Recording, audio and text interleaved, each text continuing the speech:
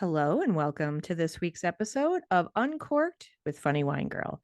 This is Funny Wine Girl, aka Janine Luby, and we're into April.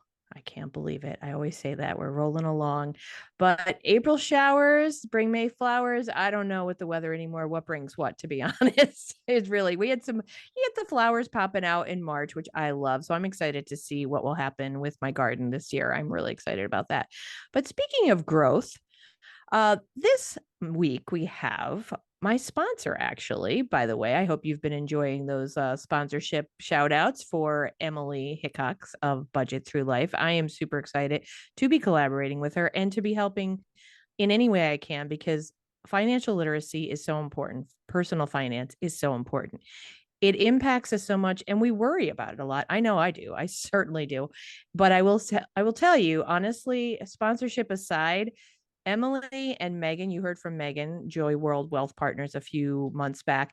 They definitely have got me thinking differently about my finances, and that's no joke. And it's important because I know for myself, it's on the back of my mind and it causes me stress and worry. So anything I can do, taking little steps to help me feel better and put at ease is a great thing.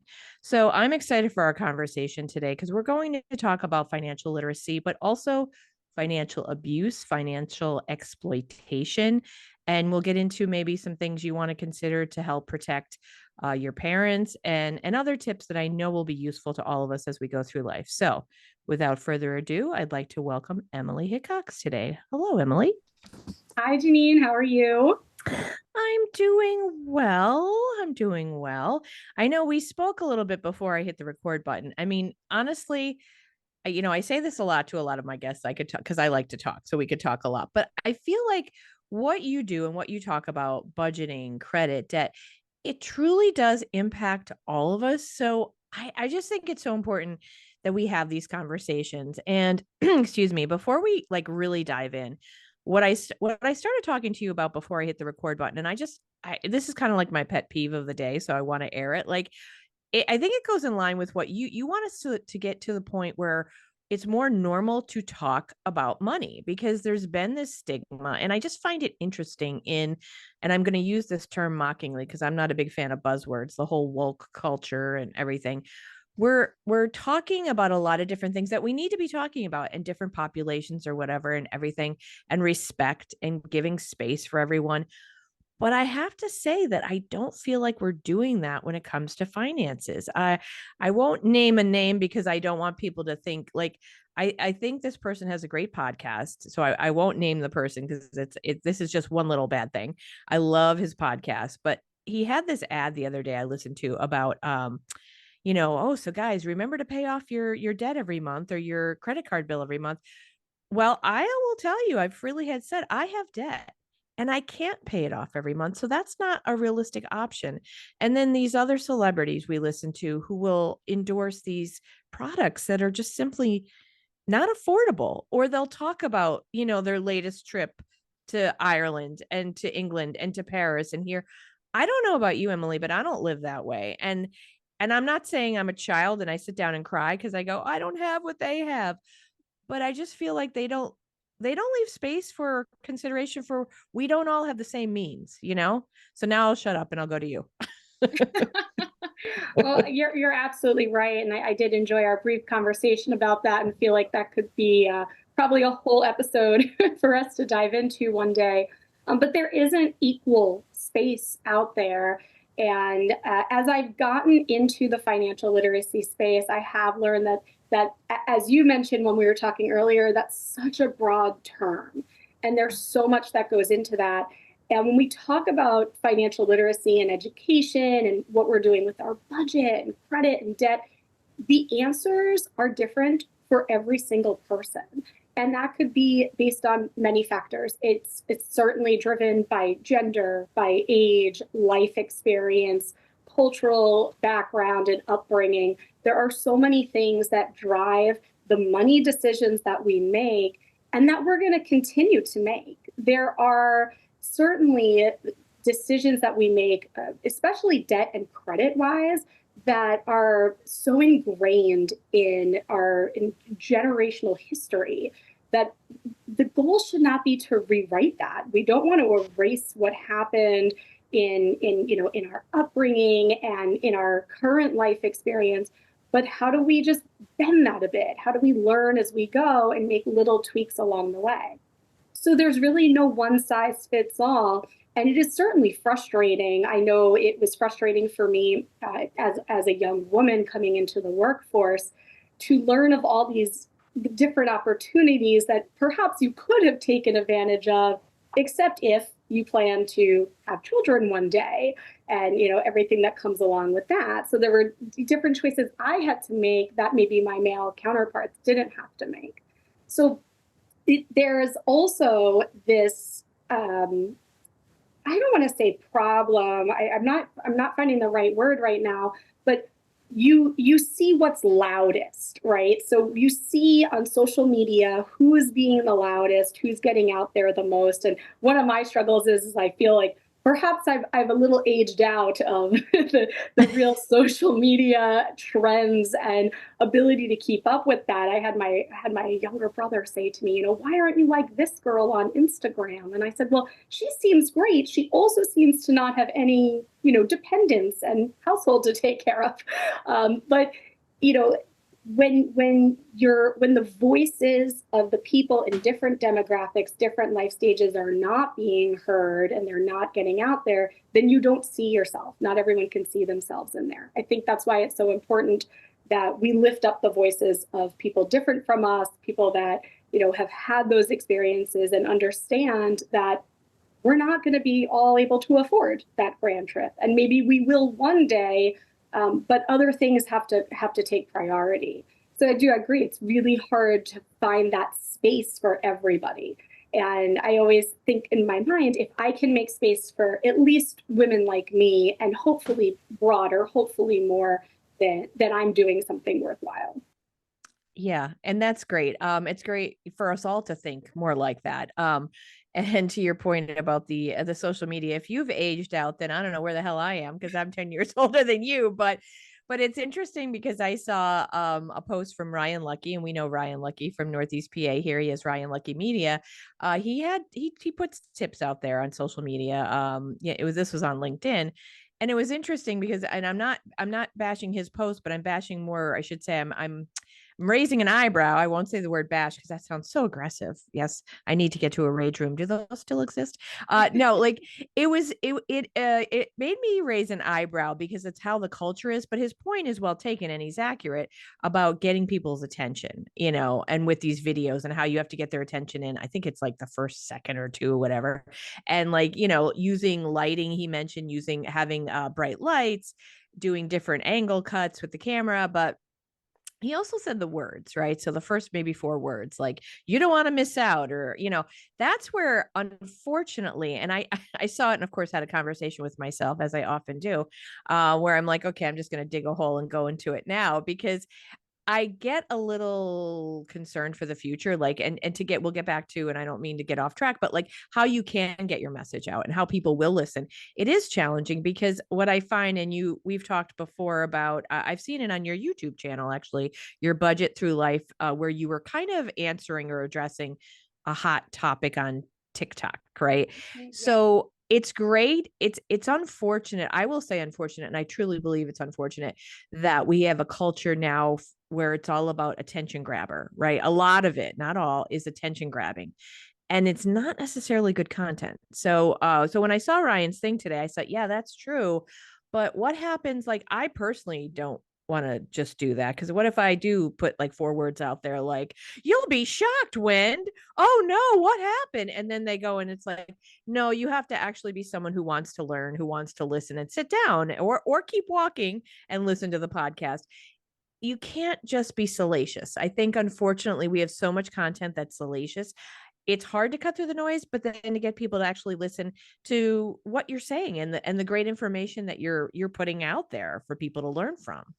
Yeah, it's a great point. We saw this in action really recently. My children have their own YouTube channel, and one of their videos that they put out, one of their most successful videos, my son says the words, "There's a surprise at the end." And then somewhere along the line says, and wait for the surprise at the end. And the surprise was cute, but it was really not what the video was about. It's just what came out of his mouth. We didn't coach him on that. It just happened. And it was one of their most successful videos. So recently, my 9-year-old was giving me YouTube production advice, and he said, Mom, just tell people there's a surprise at the end. I said, well, what should I tell them? Surprise, your bottom line is not what you want it to be. And I think that's what's really hard in my space is there is surprises to this, but it's very emotional. So when I make these videos, I talk about a little bit about trends. I talk about anxiety and stress because there's so much emotion tied to finances. And I know you and I have talked about that before. So it's hard for me to say the catchphrases because I don't want to suck you in to have you sad. I want you to want to learn. I want you to want to grow from this. And that's where there are these very different spaces out there. I notice it a lot in the podcast world of people that really are just looking to learn versus people that are just looking to be entertained. And that's what I love. Honestly, one of my favorite things about your podcast is I get both. I get your jokes, but I also learn something from all of your guests and from you. But the goal is we want to inspire people to want to get to the learning point. Give them just enough to be entertained, but not make that the sole focus. And I think that's the point that really Ryan's trying to make is how do we hook people in so that we can convert them to that learning point to learn about the products and the services that they're promoting. Yeah, and I agree. And I wasn't just because he's right. It's absolutely true. It just made me think of a lot of what is out there. It's almost like sometimes people if you don't have the good content, then you're really just a gimmick, like snake oil salesman or whatever. And unfortunately, it's up to people to discern and decipher between them. And I feel like a lot of times people don't have the patience to do that. And that's where I get frustrated because much like you, I don't want to just use a gimmick, but I want people to learn that laughter is good for stress relief. I want them to learn about it, but I do also have this bad habit of wanting to talk as well. So I have to kind of like, some people are like, you talk too much. I'm like, oh, sorry about that. But that's who I am. So I can't apologize too much because that would be disingenuous to me and I don't want that. So, but let's talk about, so you talked financial literacy is a broad topic, excuse me. And you're doing a great job. So it is such a broad topic that you're offering things that are like, I know you're going to be offering a course for like high school seniors and their parents, which is fantastic. You could probably slice and dice this because everyone's needs are different for a variety of reasons. And depending on where they're at in life, their needs are different. But let's talk today, because we will be continuing to talk a lot. Let's talk today. We had said that we want to talk a little bit about financial abuse, because that's probably something I'll admit I didn't really think too much about, and financial exploitation. So do you want to start just explaining a little bit about what financial abuse is, how it happens, what we should be watching out for? Because maybe it's not going to happen to us, but maybe it's happening to someone we love or something. Absolutely. So financial abuse or economic abuse, those terms are pretty much used interchangeably. It's a tactic that's used by somebody to get control in a relationship. We talk a lot, especially I notice in the northeastern PA area, we talk about domestic abuse and domestic violence. And interestingly enough, economic abuse or financial abuse it occurs in 99% of domestic abuse cases. So this Wow. is incredibly common, but we don't talk about it probably for the same reason. On the advertising side, things aren't getting as much attention because they're just not as exciting. It doesn't drive headlines. It's not, gaining any big attention. So, we hear in the news about, a woman who was murdered by her husband. We hear just this week, we heard about another murder-suicide. So we hear about all these forms of abuse, but nowhere in those headlines are they saying, oh, and before he murdered her, he ran up her credit and ran up her debt to tens of thousands of dollars, hundreds of thousands of dollars, and her credit score was 500. That's not catching headlines, but these are the signs that something's wrong. So back in my days of doing financial education in the nonprofit sector, we always spent a lot of time talking about, different ways to understand your budget, your credit, and debt. But what I started to learn as I got more into this field was that, okay, it's great to use all these words and teach people how to understand the basics of financial education or financial literacy, but there's so much more behind what's going on in each person's life that we need to dig deeper. We need to understand that it's more than just understanding what a budget is. It's, does this person even have access to their bank accounts? Do they have any control of how their money is spent before they could possibly put together a spreadsheet or use an app to plan their finances? Are they able to access a computer to run their credit report? I mean, things as really detailed as that I didn't think about until I was exposed to it, until I really worked alongside domestic violence service providers and started to understand what kind of abuse is out there. So there are many tactics that are used, and I think it's really important that we become familiar with them. I won't read them all because I have a very, very long list. But if possible, I'd love to include a link in your show notes to this, to the Absolutely. National Network to End Domestic Violence, their list of some of the top things that happen in these types of relationships. But really, it's anytime somebody is, using your credit, using, taking out debt in your name. Economic abuse could be one charge. It could just be, individual charges that are done without your permission, but it could be a lot bigger. It could be entire loans taken out in your name. There's so many different types. I'd love to tell you a story if that's okay. Oh, absolutely. And as you're telling me this, let me just say that, and I know these are different times now, but over the weekend I took my mom to see the Cher show. It was a musical, which I've enjoyed Cher since I was a kid, watched Sonny and Cher. I liked her songs, but I gained so much more respect for her because I learned from this show, which just this is what my point I want to tie in. And I know it was different times back in the 60s, but like I guess when they first started that show, like that was all in his name. 95% of the earnings went to him, 5% went to the attorney, nothing was in her name. So that would be a perfect case of she's the star. He could have walked away with all of the money, and I know they ended up having an amicable relationship, but to that point of like there's power and control right there, and she's the one that's raising the funds and generating them. So anyway, it made me pop right into my head as you're talking there, but please, I would like to hear your story.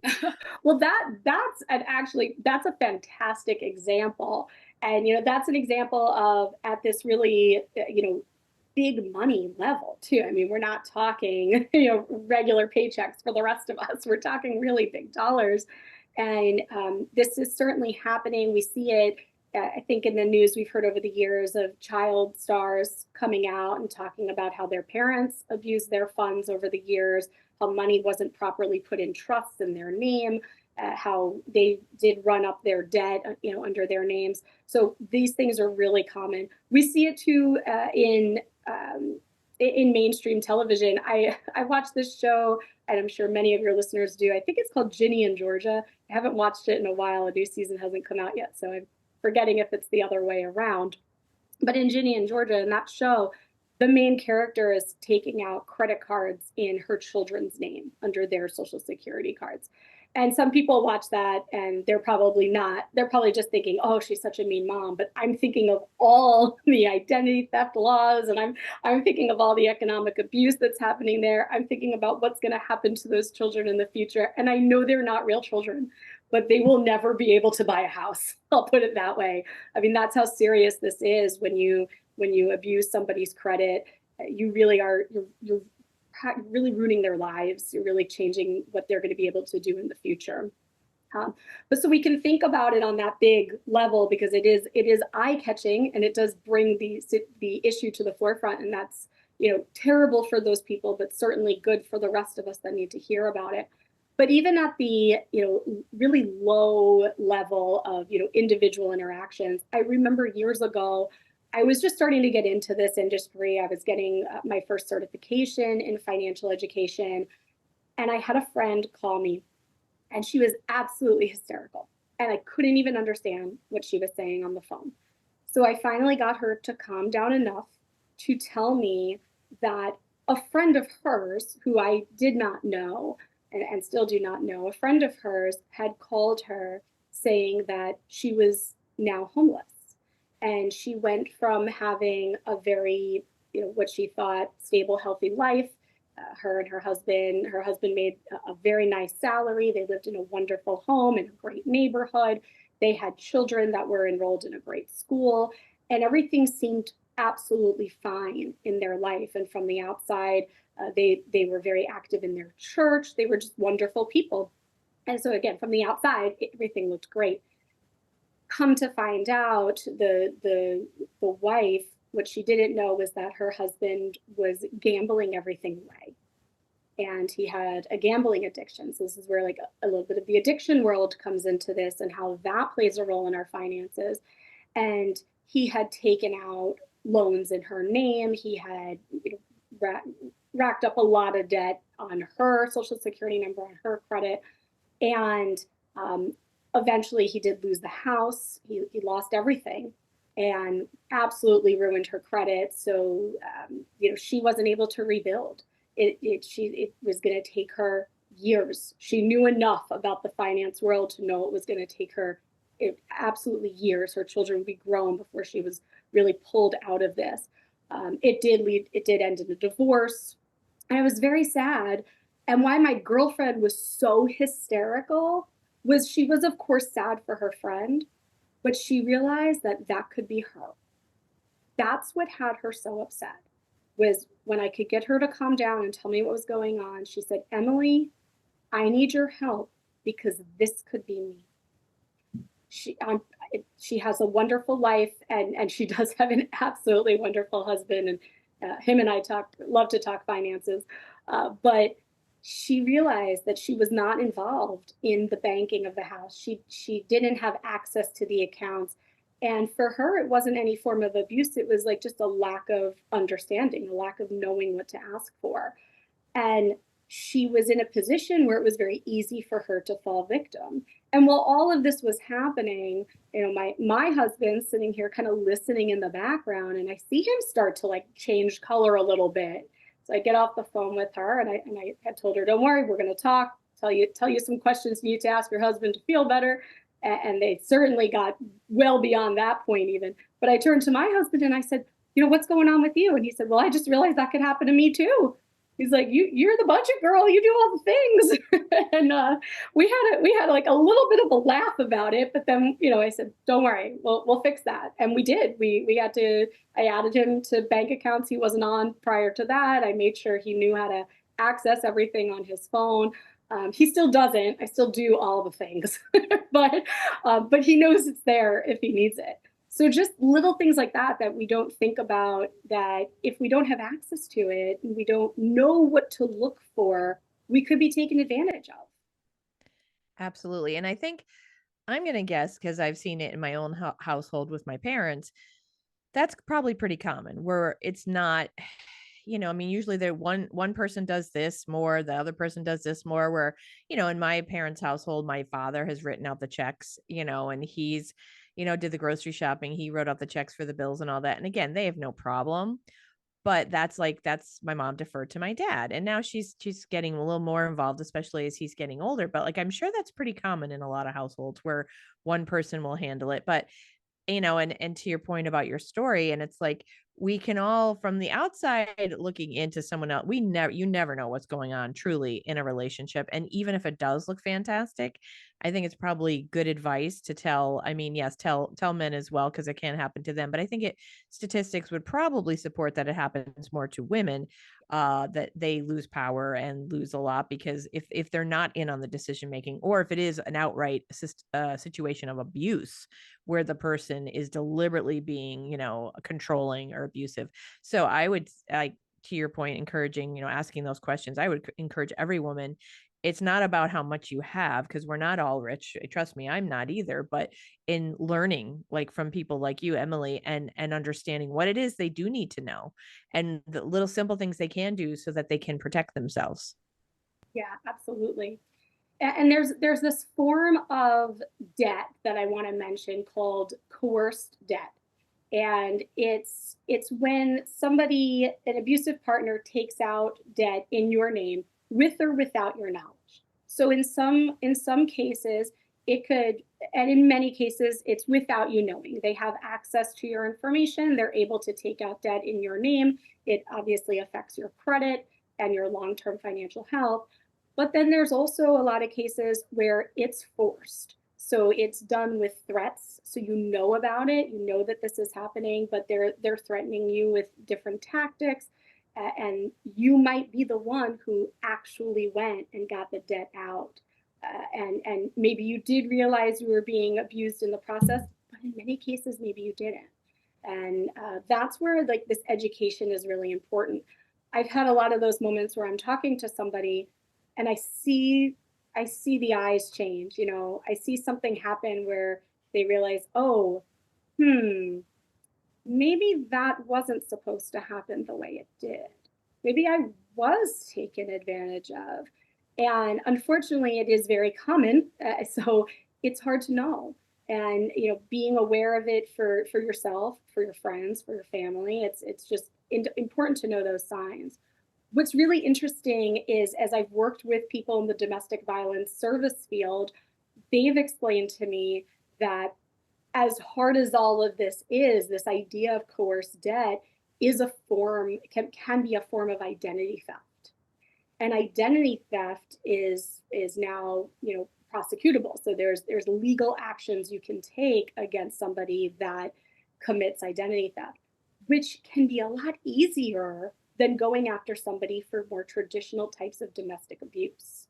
So understanding how large scale economic or financial abuse is important, not just for our awareness, but to know that this is something we can use to battle domestic violence. And I thought that was fascinating information, that it's actually something you can get, you can take legal action on. Yeah, and I think, like, unfortunately, I mean, that's a whole very complicated problem and situation because, there is that power and sometimes people fear leaving because, quite frankly, you hear about protection from abuse orders and then the person still ends up, severely hurt or possibly even murdered. So a lot of times they're not being prosecuted on the violence, the actual violence. So knowing that, the abuser could be put to jail because of identity theft or some kind of theft, that's good to know. I mean, no matter how they get put away and the woman gets protected, that's the important thing. Absolutely. Is there anything else you wanted to say on that? Because I did want to also touch upon the topic you had brought up, that was financial. Oh my gosh, I'm drawing a blank. The Exploitation. exploitation. Yes, Yeah. I was going to say extrication. No, that wasn't the word. It was ex something. Yeah, exploitation. But before we get into that, anything on the financial or economic abuse side before we move on to the next topic? The only thing I'd love to say is that this is one of the reasons I'm so passionate about educating young women, that before they get into these situations, before they've had a chance to experience these really horrible things in life that many of us have been through or been exposed to, that they have that basic financial literacy to know those red flags before they're a victim, before someone tells them, oh, don't worry about that, you don't need to know what's in the bank account, or I'm taking care of that, you don't have to understand what our debt is, or oh, you don't have to check your credit. I want to help educate those young women so that before they get to college, before they even have that chance to be abused, that they know this information just enough to have those red flags go off when something isn't right. Yeah. And I think what you're doing, Emily's involved a lot in a variety of educational programs in the community. And I think that's important because knowledge is power, not to sound cliche, but that's where they can hear it from you. Get, maybe they already kind of have an idea, maybe they have no idea. So this is what you're sharing with them. The information is helpful for them. Um, so let's talk a little bit about this idea of financial exploitation. What is that defined as? What does that look like? And what should we know? So when we talk about financial exploitation, right, what I really like to focus on is this form of elder abuse. Financial exploitation is the misuse or theft of assets of somebody, and it's the fastest growing form of abuse of elders in America right now, and it has been for quite some time. And during Financial Literacy Month of April, this is something that I've often been involved in, and throughout other months of the year too. But I'm really spreading awareness of what financial exploitation is, how to also recognize signs of that, and what we can do to help prevent that.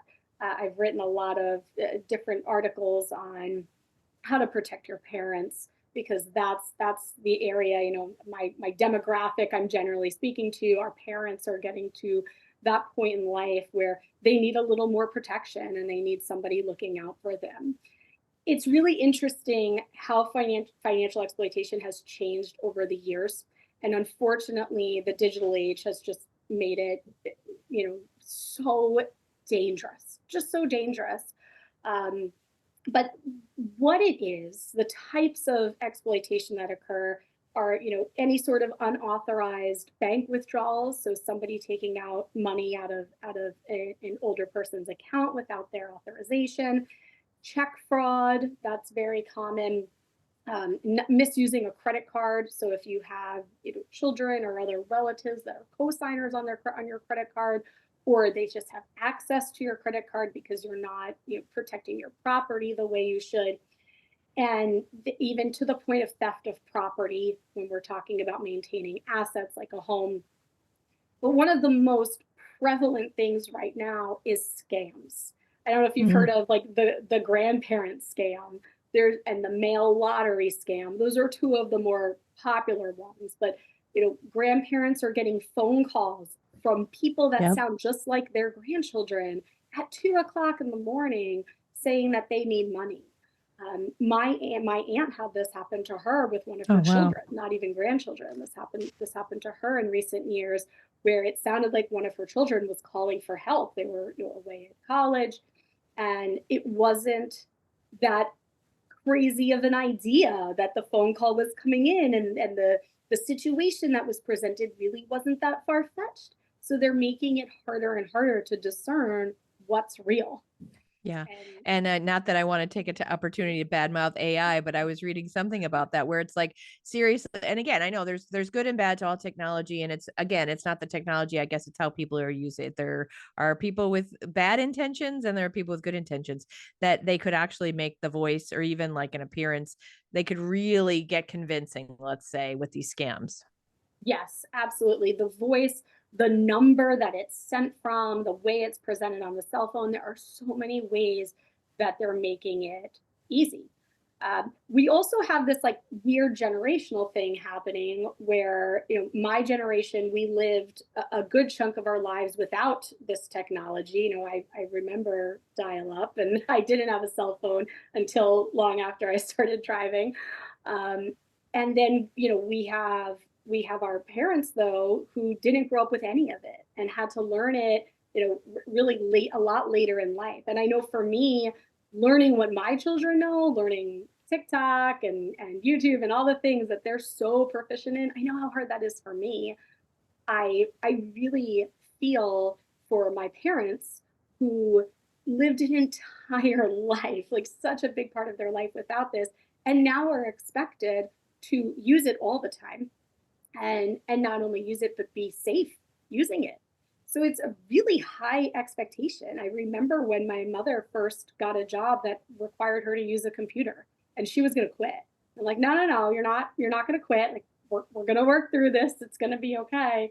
But even as hard as that was, so I think it's important that we learn how to protect the people that we love, and that we take an active role in it, not a passive role. So, my experience right now is that the text scams are becoming just more prevalent and really going after the older generation. So about once a week, my husband and we get a text from his parents with just a screenshot or a copy paste of a text they got, and they'll just send it to us, and we write back scam. Like, don't click the link, scam. But unfortunately, the reason we got here to this point where they're very quick to send us something that's suspicious is because they fell for something first. So we've seen that. We have seen in our local nonprofit here, our local fire company, somebody fall for a big financial scam. Luckily, again, reached out to us and we caught it before any severe damage was done. But there's just so many tactics out there now. So encouraging older Americans to really question everything.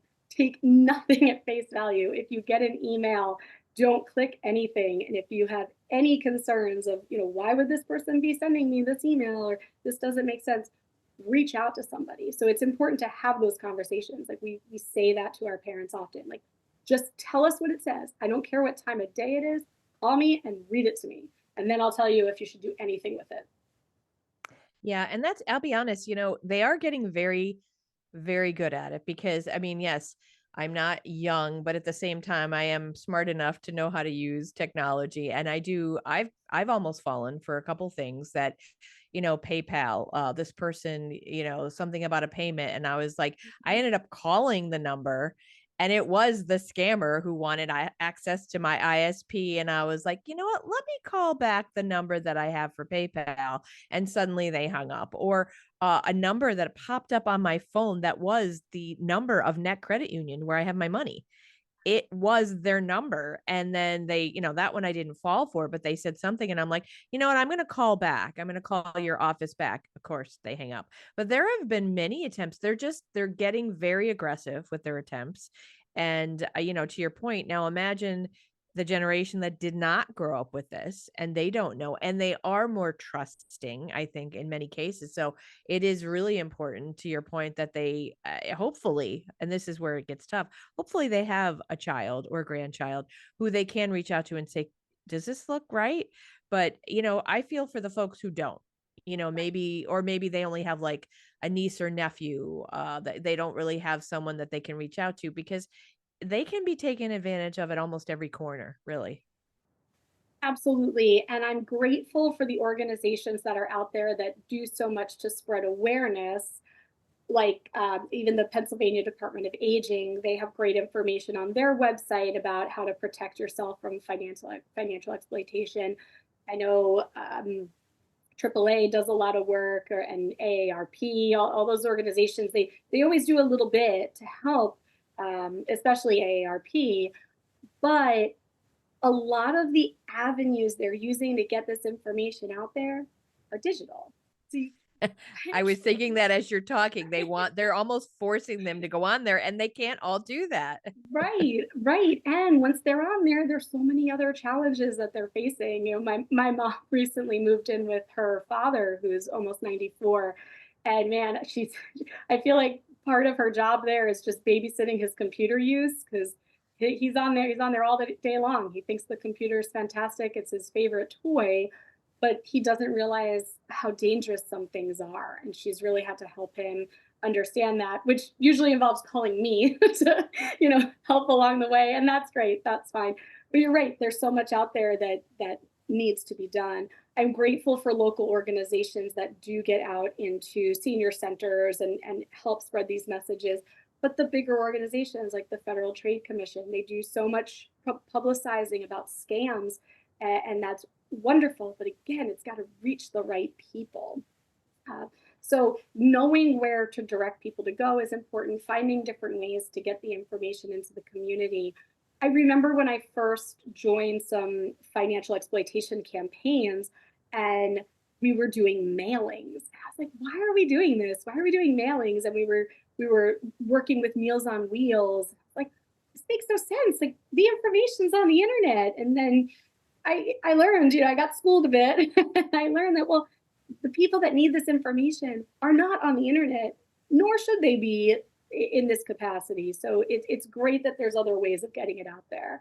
An interesting statistic I read actually on the Pennsylvania Department of Aging's website is that by 2030, 27.5% of Pennsylvanians will be over age 60. Hmm. And they also hold a significant amount of the wealth as a generation. So there's so much at stake here. There's so much to lose. And that's why the scams are hitting them so hard. It's partially because they are older and they are struggling a little more with the technology, but it's also because they have the most to take. They're the best target in on so many levels. So you take all that together, you're like, oh gosh, we need to protect these people like right Yes. now. Yeah. It's scary and it's sad too because you think about like going after vulnerable populations, but it makes me think of a conversation from last month with Keir Bradford Gray, who is a Democratic candidate for U.S. For state, excuse me, not U.S. state attorney general here in Pennsylvania. And I said to her, because I don't mind showing my ignorance, I didn't even know really much about what does state, attorney general do. And this is one of the things she said about protecting vulnerable populations. So it is the job, whether she gets the job or not, it is the job in that role, the state attorney general, to go after scammers. And she happened to mention a lot of the contracting schemes that come up, the Mm-hmm. phone calls of like, I'll do your driveway or your gutters or, whatever, and then getting the money and then not doing the job. And I'm not picking on contractors, but that tends to be an industry where it happens because it's like, oh, your home needs this. And it's, but there is someone out there protect, like we need to know those resources that we can reach out to, because if there is a certain local, even local business or state business that, or someone that we can kind of pinpoint and say, hey, state attorney general, you need to look into this because this is happening. It's important that we know we've got to reach out to their office so that we can help to protect this population. Yes, yeah. Find knowing who to reach out to is certainly a huge part of the battle. But to your point about the contractor scams and the reason why, again, not picking on contractors, but why that probably came up is because it is one of the largest scams right now. So it is very popular, especially because we're coming off of a period where it's been so hard to get contractors, hard to get materials. So people are very eager to get stuff done. They're trying to catch up on projects that many people put off during the pandemic because they were too expensive to do. So it's very exciting when they hear about a good deal because they're used to getting these quotes that were absolutely outrageous compared to what they initially thought they were going to spend. So it is a very serious crime that's happening. Yeah. She did mention that, but that makes sense now. Excuse me. And I didn't think of it from that frame or those lenses, because that is true. Like it was hard. Like you had a wait list. So now imagine you're like, hey, I could do that project you had to put off. It's like the eagerness. Absolutely. So before we wrap up, so one thing I want to share, which is, I'm in a position now with my parents. My dad's 87 now, my mom's 78, and they're both in pretty good health. But looking out for them, getting my name on their, so their checking accounts and different things and getting things ready. And I just have to share, of course, I look at things the lens through humor and comedy at times, where my dad, he's with it, but he's slowing down a little bit, and we go into a local bank. And of course, bad timing, or I should say maybe it was beautiful timing because it was comedic. He walks in and I'm behind him with my mom, and he kind of turns and goes, now what do you want me to say? I'm thinking, oh God, I should have just had like my hand in my coat pointed at his back. It's like, father, because he knew what we were there for, but I guess it was the phrasing to add me to his account, basically. But it was just this very loud, no one's in the bank. What do you want? I'm like, yeah, okay, move it, old man, keep going. I would have been reported instantly. But I Yes. mean, Yeah. they are trained to kind of watch for that stuff though too, aren't they? Like if They are. someone were to come in with an older, let's say an older lady, and if the person seems to be almost coercing them, they can watch for those sorts of things at the banks, right? They can, and they can also say no to things. So I have experienced in the lending world where somebody's trying to take out a second mortgage on their parents' home, and the lenders have enough red flags presented to them that they say no. And they do make some phone calls to report it. As you mentioned, there are ways of reporting that type of abuse. And there's investigating steps that they can take too to give themselves the assurance that this isn't abuse. So they are trained. There are good people out there that will say no. My fear always is the people that aren't saying no. So we really need to make sure that people are looking out for those signs. So it is funny. Your story is funny, but it is one of those stories that would make me step back and say, hold on. What's this lady doing to her dad? Yeah, I know. That's why I was kind of like, really, dad? Really? Now, my Yes. mother, we went to her bank. She didn't do it. But of course, my dad, what do you want me to say? I'm like, oh, dear Lord, you're making me look bad here. Yes.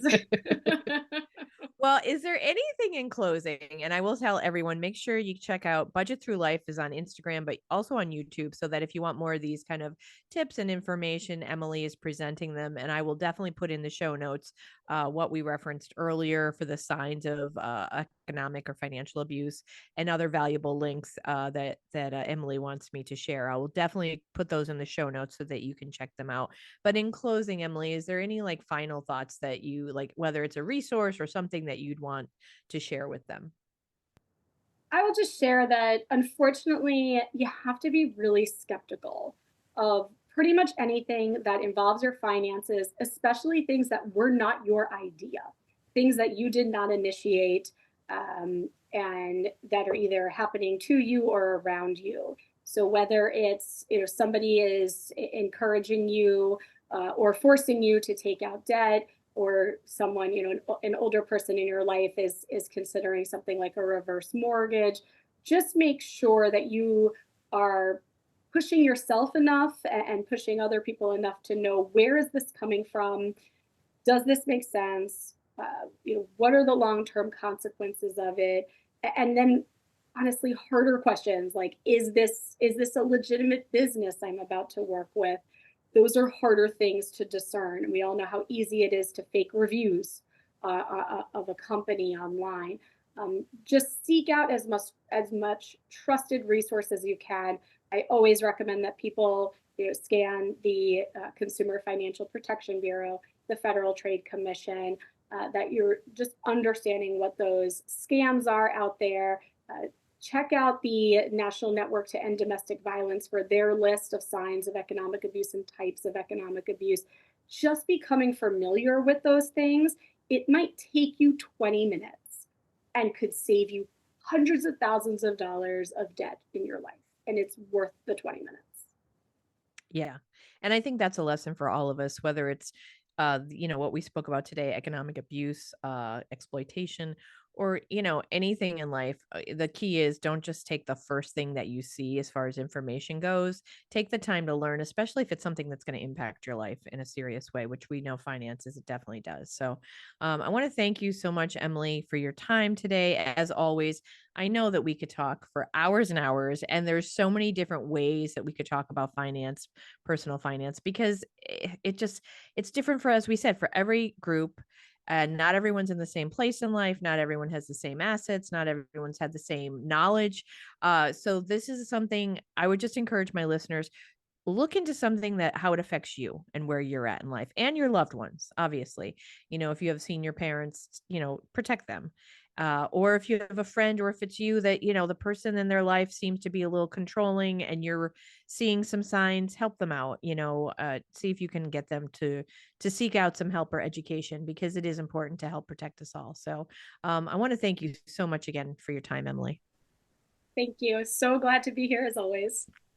And we will have you back soon. I know that. So, folks who are listening, again, check out Emily Hickox, Budget Through Life, Instagram and YouTube. Honestly, the YouTube videos, I've been enjoying them. And, we joke, or we've talked about how like Emily brings, high energy because she's passionate about what she talks about, and humor. And yes, it can be a fun topic because life can be disastrous, but it can be fun, right? So, of course, personal finance could be viewed through that lens as well. That's for darn sure. For example, me looking like I'm trying to take advantage of my father in a bank.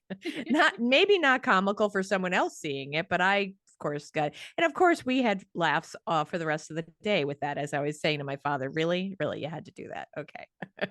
So I want to thank my listeners. We will continue. I always say we, and there isn't a producer here. There isn't a mouse in my pocket, although there was a mouse in my house, but that's a different story. We won't won't go down that path right now.